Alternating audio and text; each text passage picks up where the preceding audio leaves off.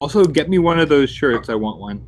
Hey, what's up, everyone? This is Jason Tucker, and this is WPwatercooler, episode number 236. Today's topic is managing events using WordPress. Let's go around the room real quick and get everyone introduced.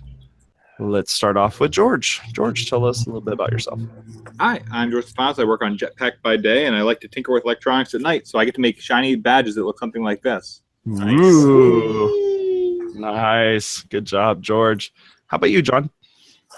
I'm John Brown. I run an agency called Nine Seeds, where we do custom WordPress development for small, medium, and large businesses. Develop some plugins and other things. I'm also a full-time digital nomad running that agency from all over the world. Next week is WordCamp Orange County, which I'm co-organizing by doing nothing. Thank you, Steve Zengit, for giving me no responsibilities. And then immediately thereafter, headed to WordCamp Europe, and I hope I see a bunch of people there. George, you're going to have to mute. Yeah. Hey, Russ, tell us a bit about you.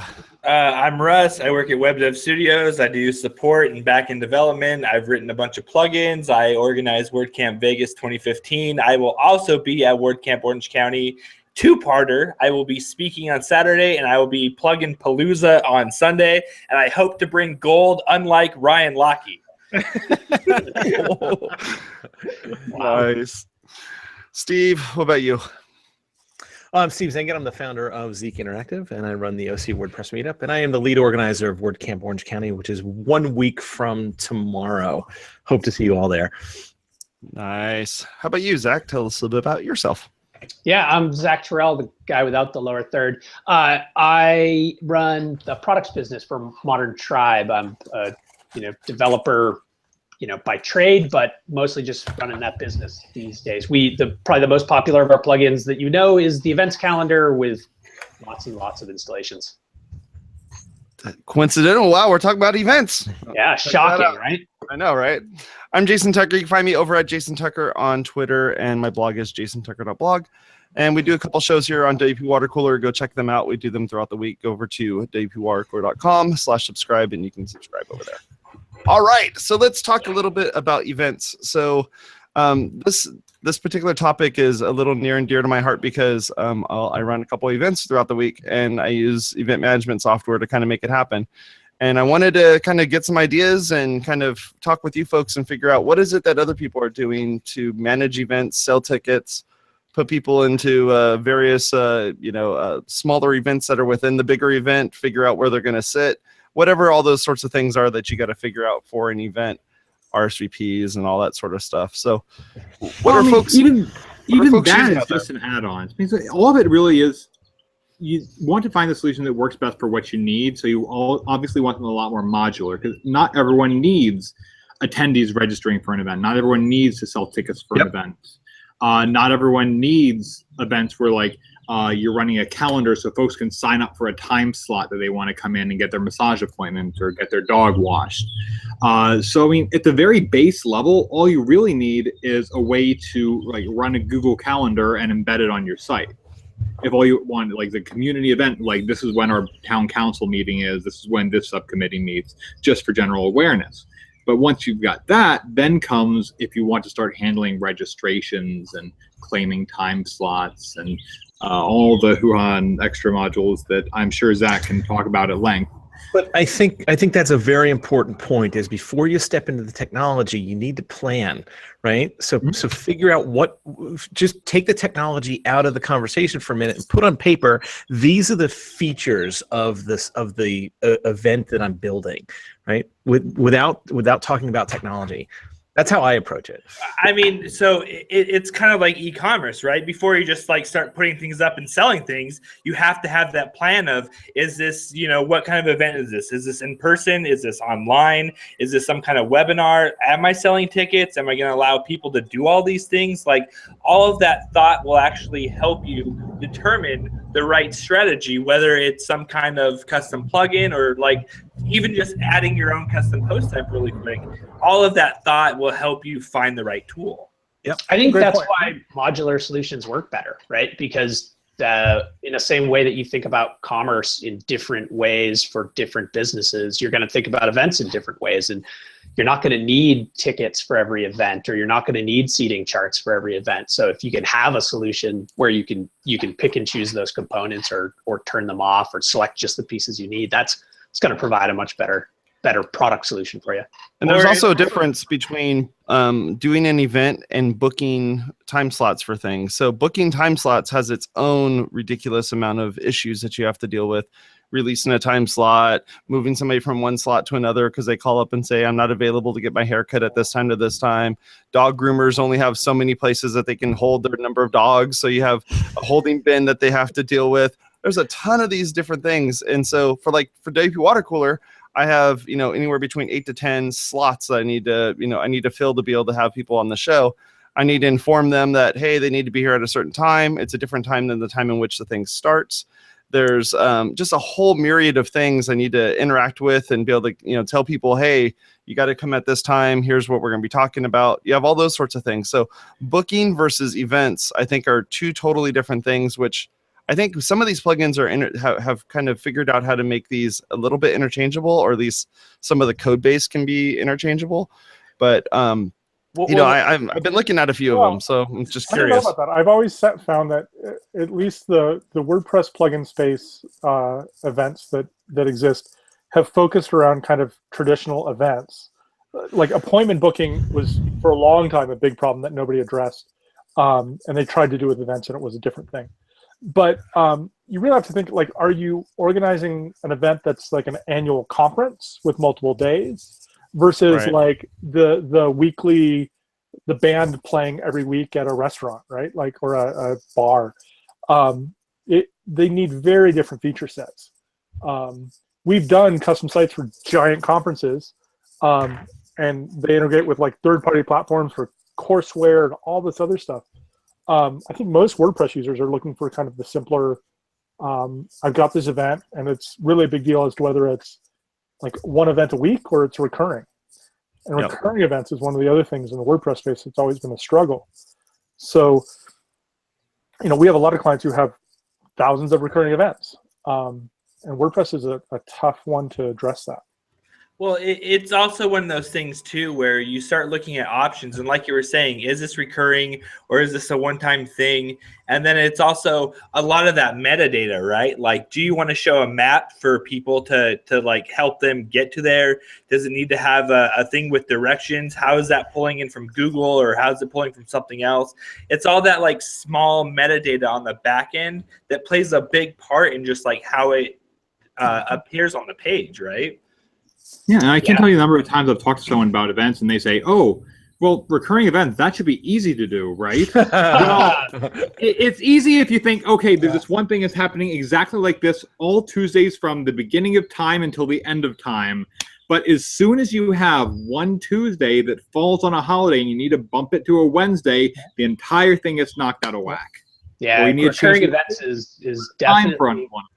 Yeah, it's hugely complicated. I remember the very first plugin that I was working on was something that did reoccurring events, and I set it and I said, okay, this goes to every Wednesday, and literally it created that many posts. Like, I didn't set it to say, like on the week of add a new post. It just added like 5,000 new posts on one click, and it's one of those things where you have to kind of be mindful of that. Yeah. I would think so. Struggle with that constantly. So, Russ, are you saying that there's only 5,000 more Wednesdays in our lifetime, like in the world? Is that like at the 5,000th Wednesday, does the world end? Or I was going off the Steve Zengit math Wikipedia stuff. That's the logic I was using. Got it. Okay, just checking. Yeah. Russ is worried about a Wednesday 100 years in the future. Well, we're working off basic math, all right? One too many. There's more than two, so it's just like at some point in the future. Yep. So what are the options that people should be looking at when or what are the things people should be looking at when they're shopping around in the repo, shopping around on various websites that they've Googled for, how do I make an event, management solution for my WordPress website? I think customization is a big deal. We deal with a lot of customer support interactions with people who want to do something just a little bit different. And I think the vast majority of people who use our software, that's what they want to do. They want to take and tweak a template or just hook into an action or a filter to do something just a little bit different, because every event is kind of different. Everybody who wants to implement things has just a slight skew on what they want to be able to do, and so doing that is not intentionally, but just I think that customization bit is super important. And I think the best products, and I don't mean to just speak about ours, but the best ones in the space do that. If you're just doing a like one size fits all for events, it's really not gonna work. So you got to make sure it's going to be able to be customized in the way you want to. So would you say that that's a differentiator to your software versus your competitors, and how does it differentiate? Yeah, I would say yes. We take it really seriously. We actually have hundreds of extensions that we give away for free for our product, because there's all of these little tiny things that people want to do differently. So our support team's empowered to like create extensions and release those for free as part of our process. So a lot of what you get out of that support license with us is, hey, I want to do this thing. We obviously don't want to do huge customizations. Like we stay away from customizations, but those little extension tweaks, that's a big part of what we do to make that calendar fit what it is you want to do. And we've got complicated themers guides and like all of this stuff. I think that is a big value of the events calendar as a product, is that extensibility. And that's not something that we explicitly do, right? Like our backend developers obviously have to put those hooks in, but it's like we try to think about our software in a kind of almost a platform sort of way.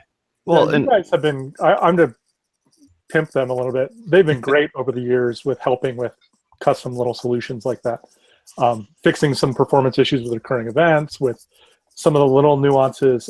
Their support's always been great. We've worked with the others. We use Event Manager Pro or Event Manager, whatever it's called, Pro, something. It's the one I'm using. All-in-one, event calendar, timelies. We've done plenty of bespoke custom solutions for people. There's also some pretty nice SaaSes popping up in the market too that are Event Espresso. There's a lot, and then there's the SaaS options like you just said, Zach. Like it's a growing space.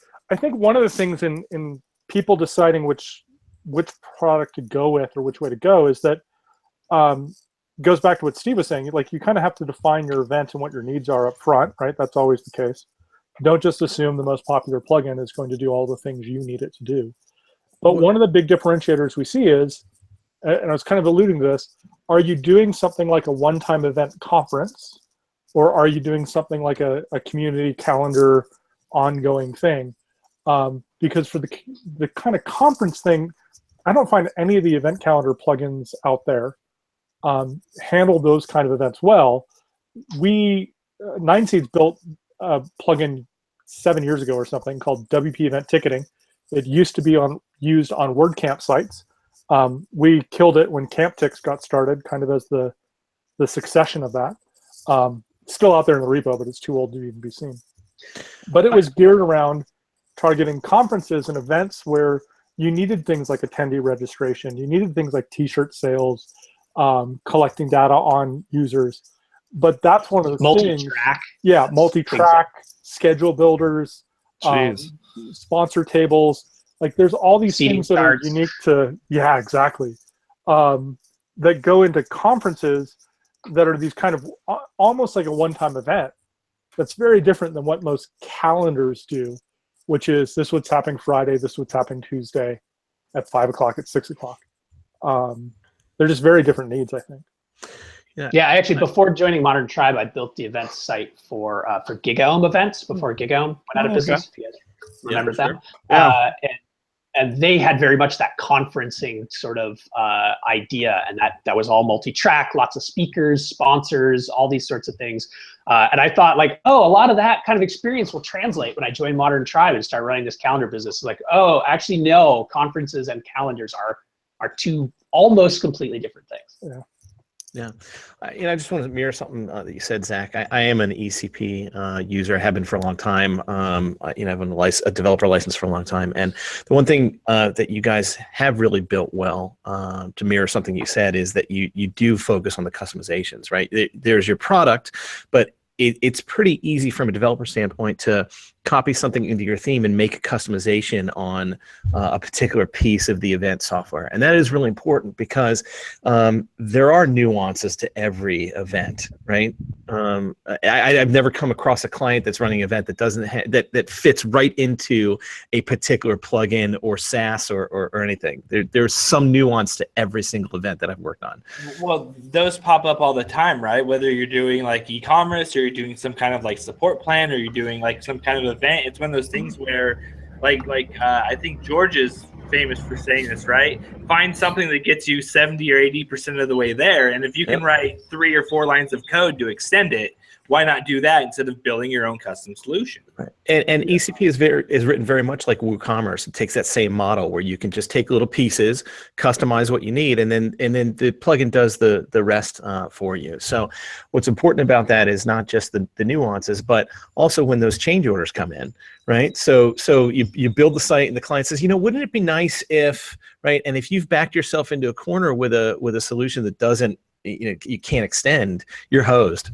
And that's a technical term. Oh, the day before launch is like, oh yeah, I wanted this to be able to do recurring events, right? So you can just like bolt that on, right? And if you're using Modern Tribes one, guess what? You can. Yeah. But I mean, again, a lot of it, like we were saying, we're talking a lot about like the more advanced customization options, all the really ornate and integrated stuff you can do.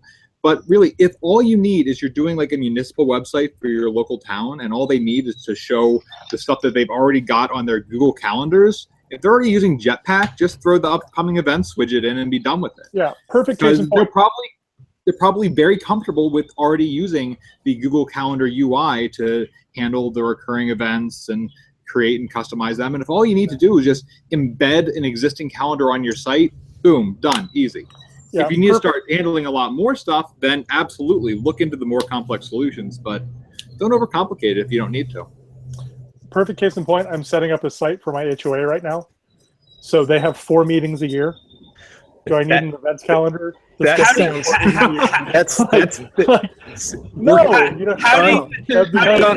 How do you have an HOA if you're a digital nomad? I gotta say, working with an HOA sounds like hell. No, we won't go down that rabbit hole. I already know. It's especially hell. when he's on the record. Yeah, it's hell. The HOA. Can you give me the name of the HOA? I'm going to send them this episode. Look, our HOA was established in like 1979. Our CCNRs are literally 2.5 pages. Well, that's what happens when you live in the mountains. Yeah. Right. Yeah. We just got told that our HOA, our CCNRs will expire in 13 years.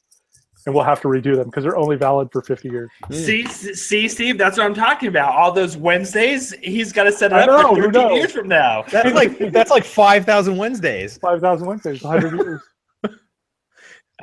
No, it's just I think the takeaway there is like think about how complex your solution is and don't necessarily go with something that gives you a whole bunch of bells and whistles you don't need in the near term. Like you do need to plan out what you might need in the future, but by the same token, some of these event calendaring solutions get overly complicated for really simple cases. Mm-hmm. Yeah, especially if you're already using another tool like you guys are saying, something like a Google Calendar or something like that. Being able to take that data and import it into something that you're now growing up and are going to start using something else instead, and you no longer want to manage it using your old solution. Most of these products use some type of iCal import or a CSV import or something like that. Just make sure you look at the data before you do it, especially if it's a recurring thing. But the good news is with all these solutions, that migration is a snap. Like it's a piece of cake. That's not true at all. I was gonna say that's a technical term as well. Unless it's just the events and nothing more, then you might be okay. But the second you're like, oh, I got some bookings, migrating from one event solution to another, you might as well plan on just typing it in, retyping it in especially yourself. when you start talking about the metadata and venues and organizers and all that associated stuff. Not generally going to go super smooth. Unless you're working with an HOA.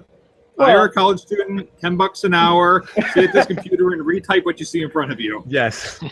We've long done complex migrations of membership sites, and it's not too different. Like you just map the data and pull it over, and we're starting to like play with using WPL import to do that because it simplifies some of that build process that used to be custom code. But I wouldn't be too terrified of, like, if you have a developer, if you can hire a developer to do it, I wouldn't be too terrified of switching event plugins. I'm talking to our audience, John. I'm talking to the layman. Well, but what John's saying is one of those things where, like, if you're hooking up, like, let's say the events calendar to Stripe and you're migrating users over, like, there's specific records that you got to move and to hook that up. And if you're going to hook that up to a WooCommerce solution later on down the road, there's a lot of stuff that you have to know about, not only on your WordPress site, but inside of whatever your payment processing is, to know how that works. Because when you do migrate stuff like that over, even if it's simple, it's not always easy.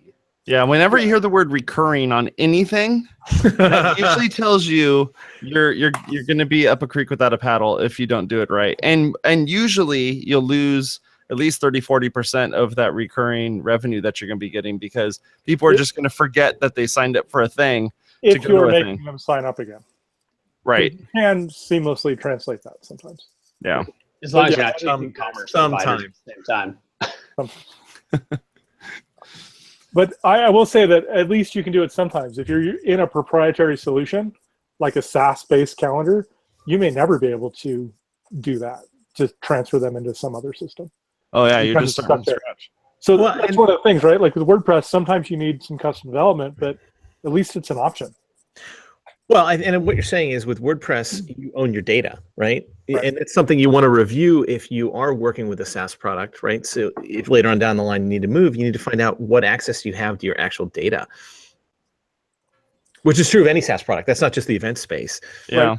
But on the geeky side of what we were just discussing, right? Like owning your data with a SaaS event system probably means you can download the events, not you can download the users with their recurring payment information, which is sometimes the important part. But, Yep. Well, it's also one of those things too. Like one of the hardest things is, do you want people to sign up with like a custom username, or do you want them to use their email? Like the events calendar does that very well, where there's like a couple settings, and you can force them to only log in with their email address, and that's so much easier than remembering all these other things and how it displays on the page. And like all that stuff is part of that thing that Steve was talking about, was pre-planning. Like, what are you trying to do and how do we accomplish it? So there's another feature that we haven't addressed here that I think ECP has an add-on for it, but that's user-generated events, right? So that's if you want to open it up to your community to add their own events to your calendar.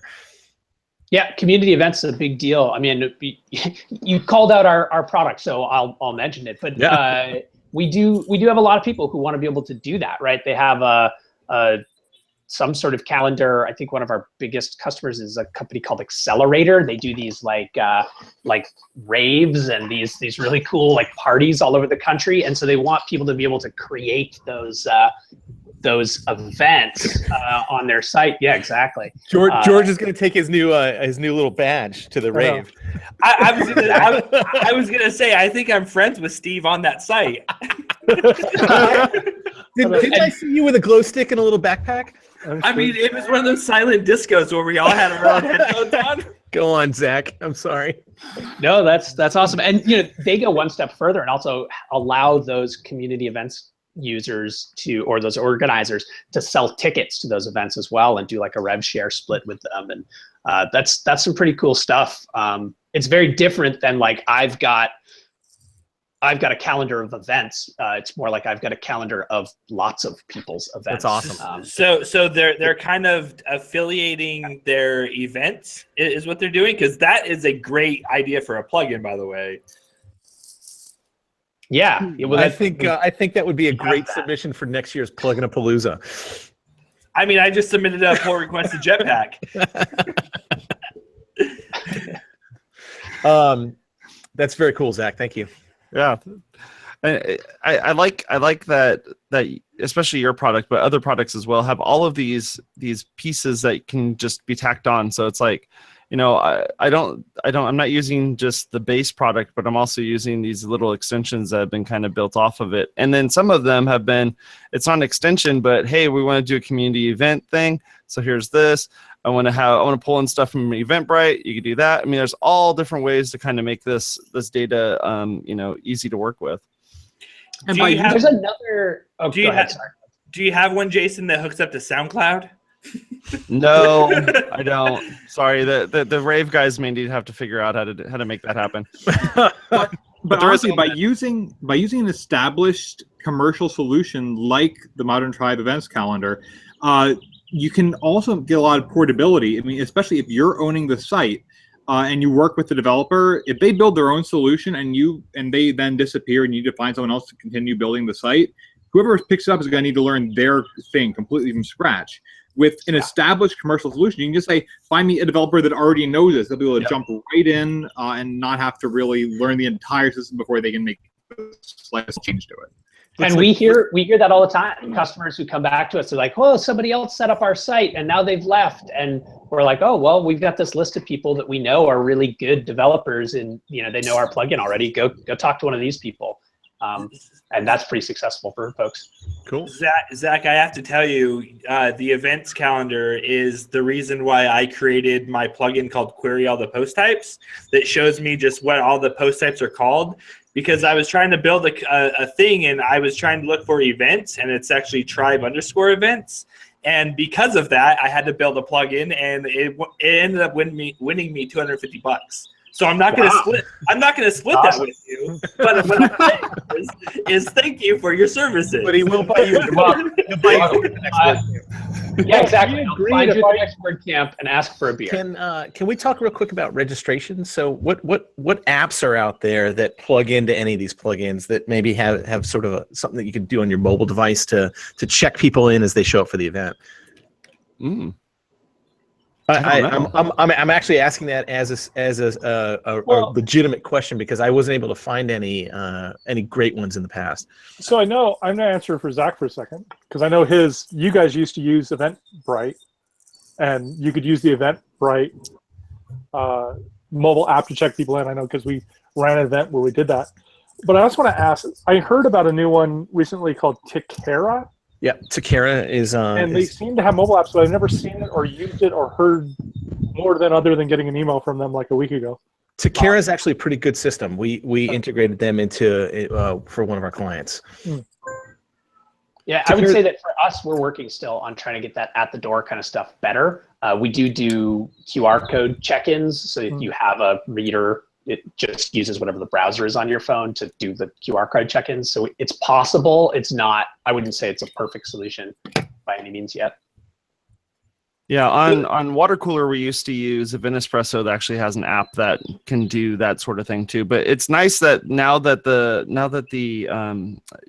these more modern phones have the ability to be able to just quickly take a photo within the web browser and then be able to quickly send that off to the solution and say, hey, what's this QR code and who is this person? You can use that as a way of making that happen too. It would be really cool if I'm now just doing feature suggestions, but it would be really cool if it integrated into Apple Wallet or Google Wallet, because Apple Wallet has the passes thing, right? So that I could carry my ticket with me inside of Apple Wallet and make it completely digital. I will say that has been on my things I want to build list for longer than I want. If only because it would be very fun. If there was a mobile developer in this community that could partner with you on that. So I can't think of anybody. So tacking on to Steve's feature request, one thing that I would like to see is the day of the event. Like when you go to my site and you go to events, that one is actually called out and kind of featured. Because that's what WordCamps do really well, right? They have that feature that says day of camp and it sets the schedule as the homepage or something like that. It's one of those things where I think that would be a really cool feature. Like day of the event, it just goes right to that event instead of having to search or click around. But you're assuming there's only one event on a given day. Sure, but I mean, like, if could there's do a geotag. I was gonna say that's a for each loop, right? It sounds custom, not stock. Folks, it's 11:30. We're gonna not have Zach try to fulfill all the requests that we have for his awesome. Yeah, this whole show just became an ECP plug. Yeah, which is fine. Which is great. Well for me. Zach, feel free to send us a check. We'd really appreciate it. Hey, so go to our website over at WPwatercooler.com/subscribe. That's where you can learn how to subscribe to all of the great content that we do here. This stuff's available both on YouTube as well as on SoundCloud, and it's also a podcast. So feel free to go and subscribe to that as well. And check out all the links and everything that we have for the show notes that we have here, and that's about it. So hit the little thumbs up button. And please make a backup of your site before you install any plugin. Talk to y'all later, folks. See you later. Bye-bye.